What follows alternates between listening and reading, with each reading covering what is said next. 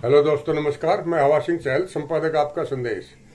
दोस्तों, आज आरसीएम का एक बहुत बड़ा सेमिनार गुड़गांव के अंदर हुआ, जिसमें सुरेंद्र वत्स जी ने बहुत जबरदस्त बातें बताई।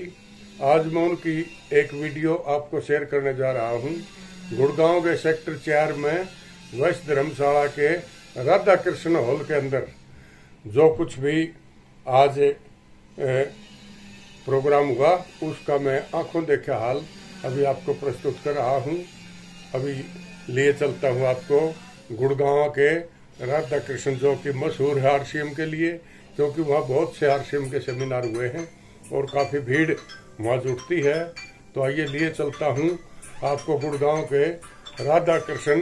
धन्यवाद। आज का ये प्रोग्राम जो है रिकॉर्ड हो रहा है। इधर पंकज खड़े हैं, तो आपने अलर्ट रह के बैठना है, अलर्ट होके बिल्कुल एकदम। उबासी ले ली तो यहाँ कैद हो जाएगी कैमरे में, और कैद होगी वो उतनी बड़ी बात नहीं उड़ी। उतनी बड़ी बात क्या है, ये चैट विद सुरेंद्र वत्स पे आएगी और पूरा हिंदुस्तान देखेगा। अलर्ट रह के बैठे रहिए। जो लोग आपके साथ में हैं उनको भी अच्छा लगेगा, आपके परिवार वाले लोगों को अच्छा लगेगा। कितने साथी हमारे बीच में ऐसे हैं जिन्होंने अभी तक आरसीएम बिजनेस को ज्वाइन नहीं किया है? एक बार हाथ खड़ा करेंगे। जिन्होंने आरसीएम को ज्वाइन नहीं किया है, पहली बार इस प्रकार के प्रोग्राम में बैठे हुए हैं, प्लीज एक बार हाथ खड़ा करें। और आप अपनी जगह पे एक बार अगर खड़े हो जाएंगे तो हम आपका स्वागत करना चाहते हैं, क्योंकि आप हमारे मेहमान हैं, पहली बार आरसीएम परिवार में आए हैं। बहुत जोरदार तालियों के साथ स्वागत कीजिए।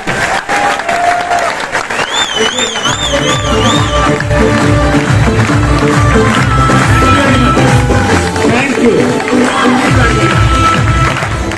बहुत बहुत धन्यवाद। जब पहली बार कोई व्यक्ति यहाँ पे आता है ना, तो वो आता नहीं है, उसको लाया जाता है।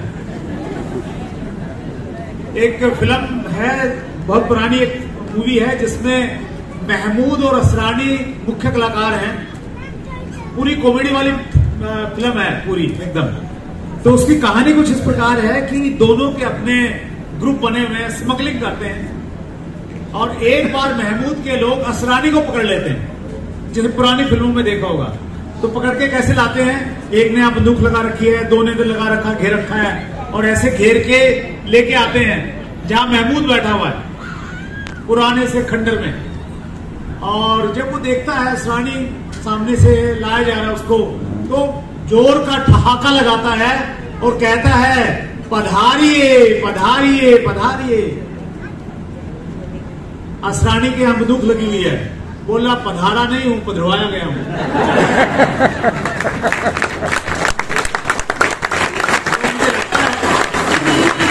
पधारे हुए कम है, यहां भी पधरवाए हुए ज्यादा है। क्योंकि बड़ी अच्छी बात क्या है इस हॉल की, राधा कृष्ण हॉल, नाम ही इतना अच्छा है, तो काम भी उसी प्रकार से कर रहा है। हमारे यहाँ पे जो सबसे बड़े अचीवर हैं वो रामकृष्ण जी हैं, और उन्होंने अपनी बात में ये कहा कि एक दिन वो भी इस हॉल में आए थे, आपकी तरह बैठे थे, एक बड़ा डिसीजन लेके गए, इस हॉल की वाइब्रेशन ने काम किया, और आज वो आरसीएम बिजनेस के फाउंडर स्टार रूबी के लेवल पे पहुंच गए। तो कहीं ना कहीं आपकी कहानी का भी एक ऐसा हिस्सा बन सकता है। बस शर्त यह है कि आप अगला कुछ समय, लगभग 7 मिनट, आप जागरूक होकर यहां पे बैठिए। अंग्रेजी में इसको कहते हैं अवेयरनेस। अवेयरनेस का मतलब ये हुआ कि दिल, दिमाग, सब कुछ यहां पे। अवेयरनेस के अगर हम साथ में कोई भी काम करते हैं ना, तो उसकी अच्छी बात यह होती है कि हम अच्छे काम करने लग जाते हैं और बुरे कामों को छोड़ देते हैं।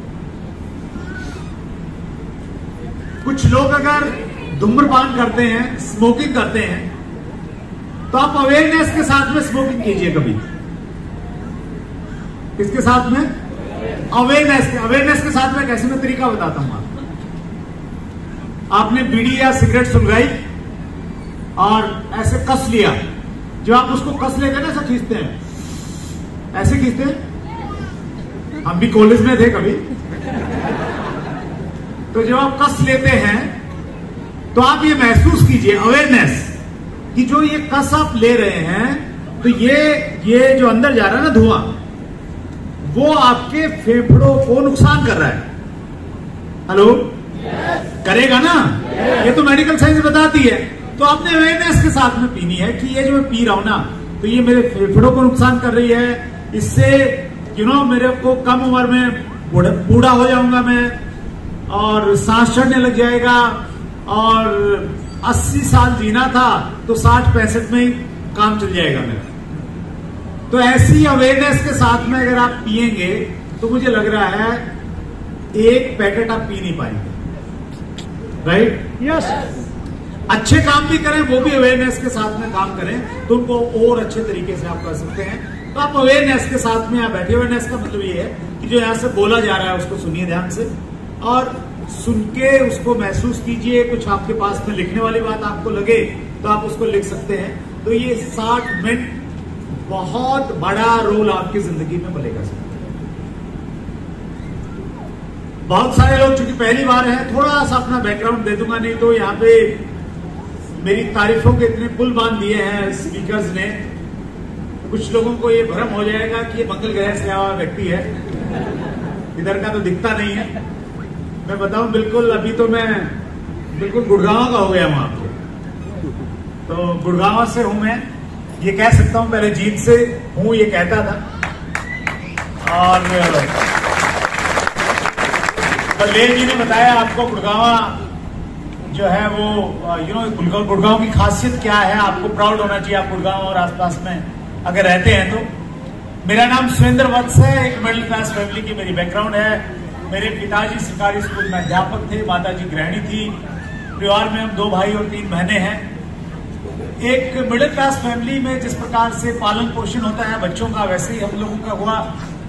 मैंने 1996 में दिल्ली यूनिवर्सिटी से पोस्ट ग्रेजुएशन किया, MA किया संस्कृत में, और उसके बाद एक प्राइवेट स्कूल में मैंने एज ए टीचर कैरियर शुरू किया, जहां पे मेरी 1 महीने की तनख्वाह मात्र 500 रुपए आती। 1 साल नौकरी करने के बाद में एक बात मेरी समझ में आ गई कि अगर मैंने अपने सपनों को पूरे करना है तो नौकरी से मेरे सपने पूरे नहीं हो सकते, मुझे बिजनेस करना पड़ेगा। नौकरी करने वाले कितने लोग हैं हमारे बीच में? बहुत बढ़िया। हमारे एक साथी हैं ज्ञानचंद गर्ग जी, वो पंजाब नेशनल बैंक में जॉब करते थे। आरसीएम बिजनेस में आने के बाद उन्होंने नौकरी को रिजाइन कर दिया, और वो कहते हैं कि नौकरी ये कहती है कि मैं आपको भूखा तो मरने नहीं दूंगी, लेकिन ये भी तय है तरक्की करने नहीं दूंगी।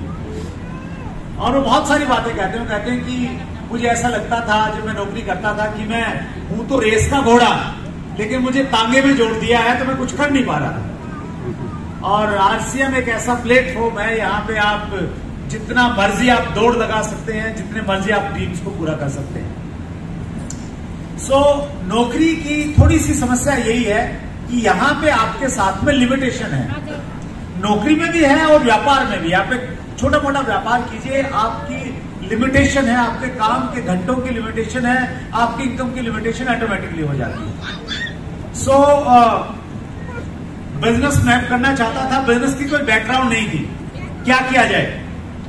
मैंने निर्णय लिया कि मैं गांव से शहर जाऊंगा, 40 किलोमीटर दूर जींद शहर में गया। मेरे मामा जी के पास में वो एक ठेकेदार थे, तो उनके साथ में कुछ दिनों तक काम किया, और वहीं पे मैंने केबल टीवी का बिजनेस शुरू किया। केबल ऑपरेटर के रूप में मैंने काम शुरू किया। ये बात है 1996 के लगभग की, 1996। उस समय कितनी सारी चीजें बदल गई अगर हम लोग देखते हैं तो। हम एक छतरी लगाते थे जिसको डिसेंटिना बोलते थे, 4 फीट बाई 4 फीट का उसका साइज होता था, और वीसीआर आता था उन दिनों। वीसीआर पर एक फिल्म दिखाते थे, और रामकिशन जी 150 रुपए मिलते थे 1996 में। आज भी केबल वालों को बेचारों को 150 ही मिलते हैं शायद। महंगाई कहां बढ़ गई। और बिल्कुल इतना बढ़िया प्रॉफिट वाला काम था, खूब पैसा ही पैसा था। 4-5 चैनल दिखाते थे, कोई ज्यादा पे चैनल नहीं होता था। किसी के घर नया कनेक्शन करते 450 रुपए लेते थे 3 महीने का एडवांस। बढ़िया काम चल रहा था। लेकिन प्रॉब्लम क्या थी? प्रॉब्लम ये थी कि पैसा तो आ रहा है, जब कलेक्शन करने जाता था मैं नोट की जेब भर जाती थी, लेकिन गली में से निकलते हुए लोग पीछे से आवाज लगाते थे तो वो मेरा नाम लेके नहीं बुलाते थे, वो कहते थे केबल वाले सुनना। क्या कहते थे? केबल वाले। अच्छा लगता होगा? हेलो? नहीं लगता होगा? और मैं एक चीज आपसे कहना चाहता हूं, ये मेरा दर्द है और बहुत सारे लोगों का दर्द होगा। हम ऑटो वाला, रिक्शा वाला, सब्जी वाला ये कहते हैं, अक्सर बुलाते हैं, मतलब कोई ज्यादा ध्यान नहीं देते हैं, लेकिन थोड़ा सा अगर आप अंतर पैदा करें, उनका नाम पूछें और उनको नाम से बुलाएंगे तो आपको एक अलग तरह की रिस्पेक्ट मिलेगी और एक अलग तरह की भावना उनकी तरफ से आएगी। मुंशी प्रेमचंद जी हिंदी के बहुत बड़े लेखक हुए हैं। उनका एक निबंध है लेखक और लेखन। उसमें उन्होंने लिखा है कि मानव की अभिलाषा है कि उसका नाम सफेद कागज पे काले अक्षरों में लिखा जाए और दुनिया उसको पढ़े। हर मानव की अभिलाषा है कि लोग उसको जाने, उसके नाम से जाने, उसके नाम से पहचाने। मुझे अच्छे से याद है जब पहली बार मुझे चेक के ऊपर में अपना नाम दिखाई दिया ना, आरसीएम से पहला चेक आया, पहले चेक आते थे तो उस पर मेरा नाम था। मैंने वो बैंक में जमा ही नहीं करवाया बहुत दिनों तक, मुझे बड़ा अच्छा लगता था मेरा नाम लिखा हुआ है, पेन से नहीं प्रिंट होके आया हुआ है नाम। वो बहुत अच्छा लगता था क्योंकि वो दर्द था कि लोग केबल वाला कह के बुलाते थे। सो केबल टीवी के बिजनेस में मैं पैसा कमा रहा था, लेकिन दो वहां समस्याएं थी। एक तो रिकॉग्निशन नहीं था, मान सम्मान नहीं था, और दूसरी समस्या ये थी वहां टाइम फ्रीडम नहीं थी। 24 घंटे काम करना पड़ता था। रात में भी लोग आके घंटी बजाते थे कि भैया केबल खराब हो गया, ठीक करके आओ। और अब काम कैसा कौन सा किया जाए कोई मालूम नहीं था। हमने कहानी सुनी थी बचपन में, सब लोगों ने सुनी, कहा हमने तो रटी होगी, अंग्रेजी की थी। Once there was a crow he was very thirsty. याद है कुछ लोगों को? रट्टे वाली चीज याद रहती है, वैसे भूल जाते हैं हम लोग।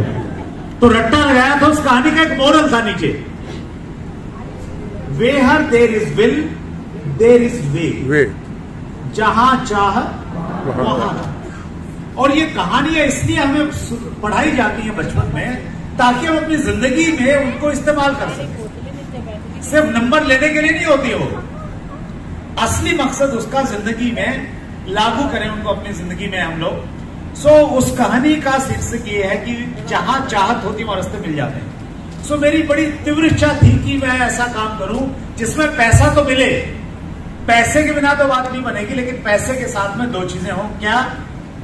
टाइम फ्रीडम हो और मान सम्मान हो, लोग नाम के साथ में रिकॉग्नाइज करें। और उस समय तक मुझे नहीं मालूम था डायरेक्ट सेलिंग का कोई कारोबार होता है, आरसीएम तो बाद की बात है, तो कुछ नहीं मालूम था, लेकिन ये दिमाग में चलता रहता था कुछ ना कुछ ऐसा करूं, कुछ ना कुछ ऐसा करूं। और मेरे एक दोस्त थे वहां पे उन दिनों, मैं अक्सर उससे बात करता था, तो उसने मेरा नाम प्लानिंग मिनिस्टर रख दिया था। बोले आप योजना मंत्री हो, योजना बनाते रहते हो लेकिन करते कुछ नहीं हो। उसी दौरान जब ये सब कुछ दिमाग में चल रहा था तो उसी समय मेरे एक दोस्त ने मुझे अपने घर पे बुलाया और मैं उनके घर पे गया। वहां 3-4 लोग और बैठे हुए थे। तो उसके घर पे जाने के बाद में पहली बार मैंने अपनी जिंदगी में ये 3 नाम सुने, 3 शब्द सुने, RCM, राइट कॉन्सेप्ट मार्केटिंग।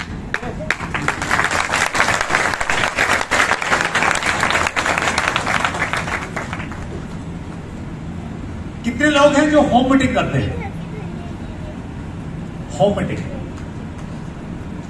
हमारे यहां पे ऑडियो है, आजकल यूट्यूब पे मिल जाएगी, आप लिखिएगा यूट्यूब में डाल के हाई स्पीड 22-30 पंडित, हाई स्पीड 22-30 पंडित। उसमें बताया गया है कि होम मीटिंग हमें क्यों करनी चाहिए, क्या फायदे हैं। आप बहुत सारे लोग होम मीटिंग इसलिए कीजिए क्योंकि मेरा ऐसा मानना है कि डायमंड होम मीटिंग्स में पाए जाते हैं, क्योंकि मैंने पहली बार आरसीएम का प्लान होम मीटिंग में देखा था। और आप किसी को होम मीटिंग में प्लान दिखा दो और उसके बाद में राधा कृष्ण हॉल में बिठा दो, फिर तो स्टार रूबी पक्का है आपका। नीचे वाले का पक्का है तो आपका तो ऑटोमेटिकली पक्का हो जाएगा। सो होम मीटिंग में दोस्तों मैंने मार्केटिंग प्लान देखा, बहुत सारे डाउट थे, शक थे, संशय थे। बिल्कुल नहीं लगता था कि बगैर पैसे के बहुत सारा बड़ा बिजनेस हो सकता है, बहुत सारा काम हो सकता है। लेकिन अपने दोस्त को खुश करने के लिए मैंने ज्वाइन किया। बहुत संक्षेप में अगर मैं बातचीत करूं तो 3 महीने तक मैंने कुछ नहीं किया। 3 महीने के बाद मेरे क्लाइंट मुझे इसी प्रकार से, जैसे आपको पधरवाया गया है, मुझे भी पधरवा दिया गया। और जब मैं ऐसे कार्यक्रम में बैठा, ऐसे मीटिंग में बैठा, पहली बार मुझे ऐसा लगा कि मुझे ये बिजनेस करना चाहिए। First time. आपको भी लगेगा, आपको किसी व्यक्ति का डायलॉग झंझोड़ेगा अंदर से, आप किसी को इनकम देख के आप अट्रैक्ट होंगे, किसी की पर्सनैलिटी देख के आप अट्रैक्ट होंगे, पता नहीं क्या चीज आपको रिलेट करेगी, लेकिन करेगी। उस मीटिंग के बाद मैंने काम करना स्टार्ट किया आरसीएम बिजनेस में, और उतार चढ़ाव आए, अप डाउन आए। आरसीएम के पीछे है ना बिजनेस लिखा हुआ है। क्या है? RCM business. बिजनेस का मतलब है उतार चढ़ाव। क्या है? उतार चढ़ाव, अप डाउन। जैसे आप गुड़गांव से आपने जाना है जयपुर, तो ऐसा, हालांकि हाईवे है, NH8 पे आप जाएंगे, लेकिन NH8 पे जाने के बावजूद भी ऐसा नहीं कि आप एक ही स्पीड से चले जाएंगे। तो रास्ते में कहीं जाम मिल सकता है, कहीं स्पीड ब्रेकर मिल सकता है, कहीं रेड लाइट आ सकती है। यस और नो? तो उसी प्रकार से बिजनेस में भी है। अगर आप चलेंगे तो रास्ते में हमेशा एक जैसी सिचुएशन नहीं होगी, सिचुएशन बदलेगी, अप डाउन आपके साथ में हो सकते हैं। लेकिन एक चीज तय है, अगर आप चलते रहेंगे और आपका लक्ष्य है जयपुर पहुंचना, तो देर सवेर आप जयपुर जरूर पहुंच जाएंगे।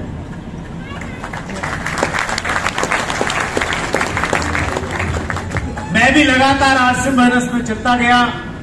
डायरेक्ट सेलिंग की कोई आइडिया नहीं, कोई जानकारी नहीं। धीरे धीरे कुछ किताबें पढ़ी, कुछ कैसेट सुनी। और बहुत संक्षेप में बातचीत करूं तो मुझे पैसा बहुत कम आ रहा था शुरुआत में, आपको भी कम आ रहा होगा, लेकिन मुझे मजा बहुत आने लग गया था। कितने लोग हैं जिनको आरसीएम करते हुए मजा आ रहा है? मजा आ रहा है?